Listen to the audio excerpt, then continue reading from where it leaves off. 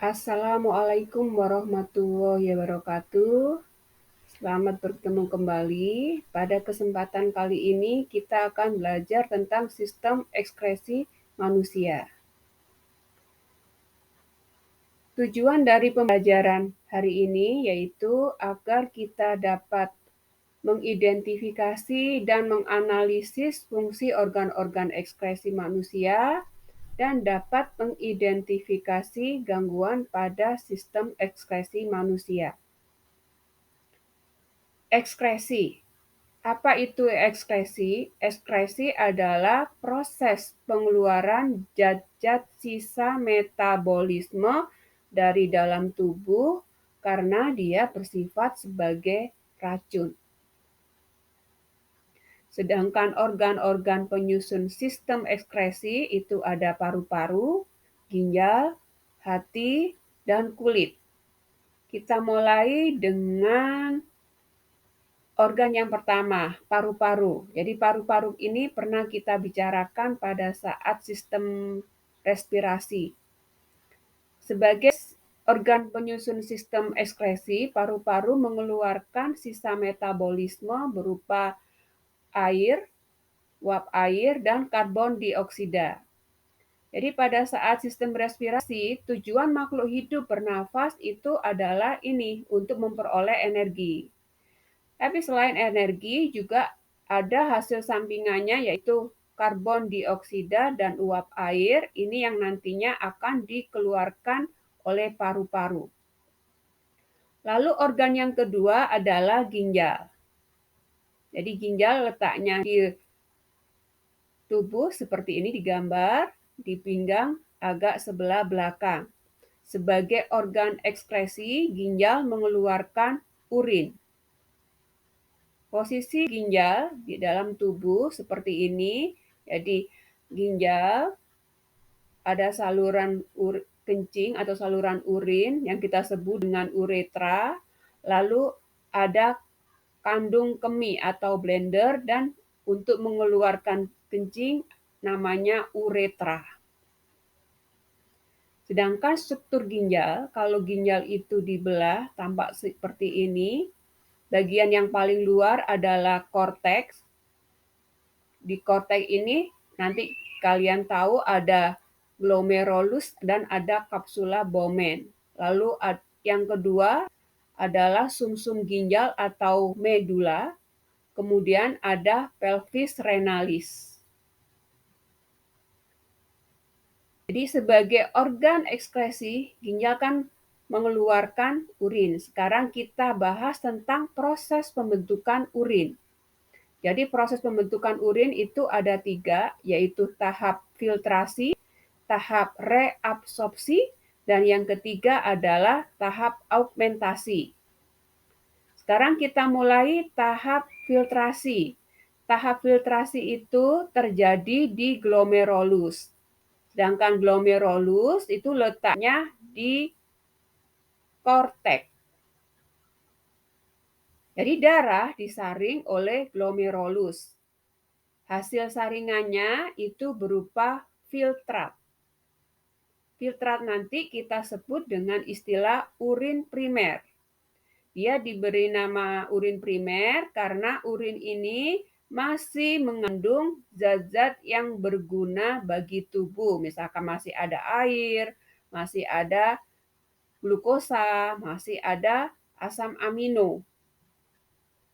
Kemudian urin primer ini nanti akan disimpan sementara di kapsula Bowman.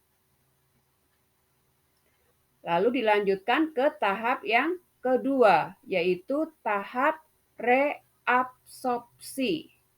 Urin primer nanti akan masuk ke tubulus contortus proximal. Ini tubulus contortus proximal. Ya, tahap reabsorpsi itu terjadi di tubulus contortus proximal. Di tubulus ini terjadi penyerapan kembali zat-zat yang masih diperlukan tubuh. Sedangkan hasil dari reabsorpsi itu kita sebut dengan urin sekunder. Lalu kita lanjutkan ke tahap yang ketiga, yaitu tahap augmentasi. Tahap augmentasi ini terjadi di tubulus contortus distal. Ya. Jadi urin sekunder tadi masuk melalui lengkung Henle menuju tubulus contortus distal. Di tubulus ini terjadi pengeluaran zat-zat yang tidak diperlukan tubuh. Zat-zat ini nanti bercampur dengan urin sekunder menjadi urin yang sesungguhnya yang siap untuk dikeluarkan. Urin sesungguhnya menuju ke pelvis renalis, kemudian ke kandung kemih. Ini mengenai proses pembentukan urin. Lalu sekarang kita lanjutkan ke organ yang ketiga, yaitu kulit. Sebagai organ ekskresi, kulit mengeluarkan keringat.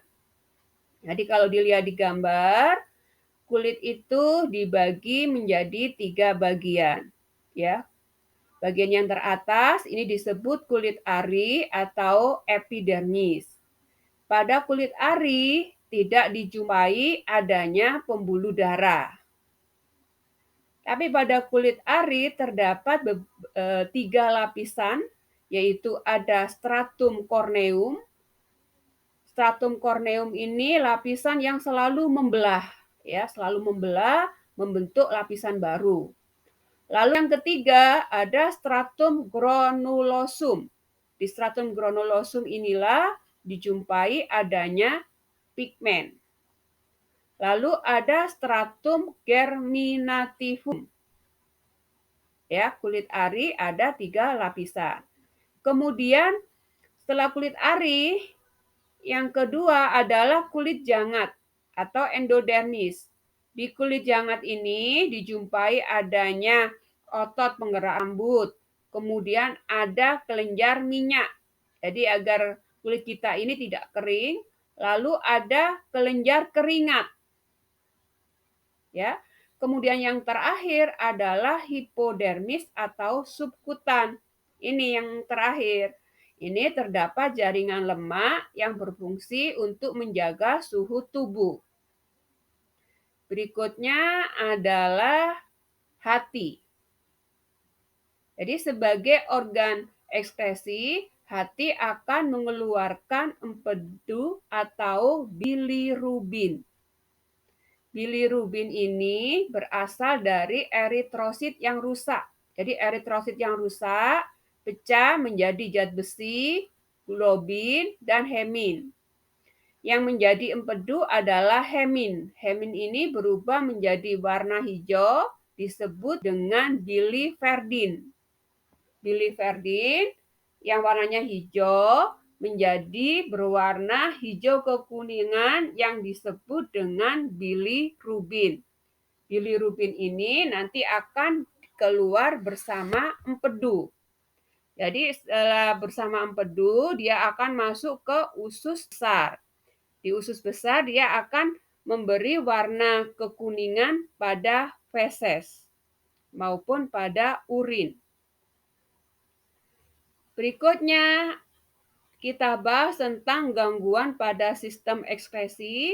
Yang pertama adalah gangguan pada ginjal. Gangguan pada ginjal ini banyak sekali. Yang pertama adalah nefritis, yaitu masuknya urea ke dalam pembuluh darah yang menyebabkan terjadinya pembengkakan pada kulit. Nefritis ini disebabkan adanya infeksi bakteri Streptococcus. Lalu yang kedua adalah batu ginjal. Batu ginjal ini adanya karena adanya endapan garam kalsium pada saluran ginjal, pada uretra maupun ureter, yang disebabkan kita terlalu banyak mengkonsumsi garam tapi kurang minum dan sering menahan kencing. Kemudian yang ketiga adalah albuminuria. Ini terjadinya kerusakan pada glomerulus. Ini karena jadi glomerulus ini rusak karena kita kurang minum, terus banyak mengkonsumsi protein, kalsium, maupun vitamin C. Kemudian gangguan pada ginjal yang lain adalah hematuria. Ini pada air kencing dijumpai adanya darah. Ini karena disebabkan oleh bakteri maupun karena adanya gesekan dengan batu ginjal. Kemudian berikutnya adalah diabetes insipidus. Jadi gejala diabetes insipidus adalah sering buang air kecil yang disebabkan karena tubuh kita tidak dapat menyerap air karena kekurangan hormon ADH. Hormon ADH itu antidiuretik hormon. Lalu yang terakhir yaitu kanker ginjal. Ini disebabkan adanya pertumbuhan sel-sel yang tidak normal pada ginjal. Lalu sekarang gangguan pada kulit. Gangguan pada kulit ini banyak sebenarnya, tapi di sini kita bahas dua, yaitu biang keringat. Biang keringat ini terjadi karena keringat tidak keluar secara sempurna. Jadi di kelenjar keringat ini masih ada keringat yang terperangkap, ya, membentuk bintik-bintik kemerahan yang rasanya gatal. Kemudian yang kedua adalah jerawat. Ya, jerawat ini disebabkan oleh faktor hormonal, misalkan anak-anak yang berada pada masa pubertas, atau juga bisa disebabkan kurang menjaga kebersihan kulit, sehingga terjadi penyumbatan pada pori-pori kulit. Lalu berikutnya gangguan pada hati, ini banyak juga, tapi di sini kita bahas 3, yaitu penyakit kuning dengan gejala mata, kulit itu kuning karena kadar bilirubin terlalu tinggi. Kemudian serosis itu artinya luka atau mengkerut bisa ya karena disebabkan oleh kebiasaan minum minuman keras, minuman beralkohol, dan adanya infeksi dari virus hepatitis. Lalu yang terakhir adalah hepatitis. Sebenarnya hepatitis ini ada hepatitis A, ada hepatitis B, dan ada hepatitis C. Ya, cukup sekian. Jadi dari video ini dapat disimpulkan kalau organ ekskresi ada paru-paru mengeluarkan CO2 dan uap air, lalu ada ginjal mengeluarkan urin, tahapnya tadi ada 3, ada tahap filtrasi terjadi di glomerulus, tahap yang pertama filtrasi, tahap yang kedua reabsorpsi terjadi di tubulus contortus proximal, dan tahap yang ketiga adalah augmentasi. Dan ada beberapa gangguan pada sistem ekskresi. Jangan lupa jika video ini berguna bagi kalian, kalian like dan subscribe. Terima kasih.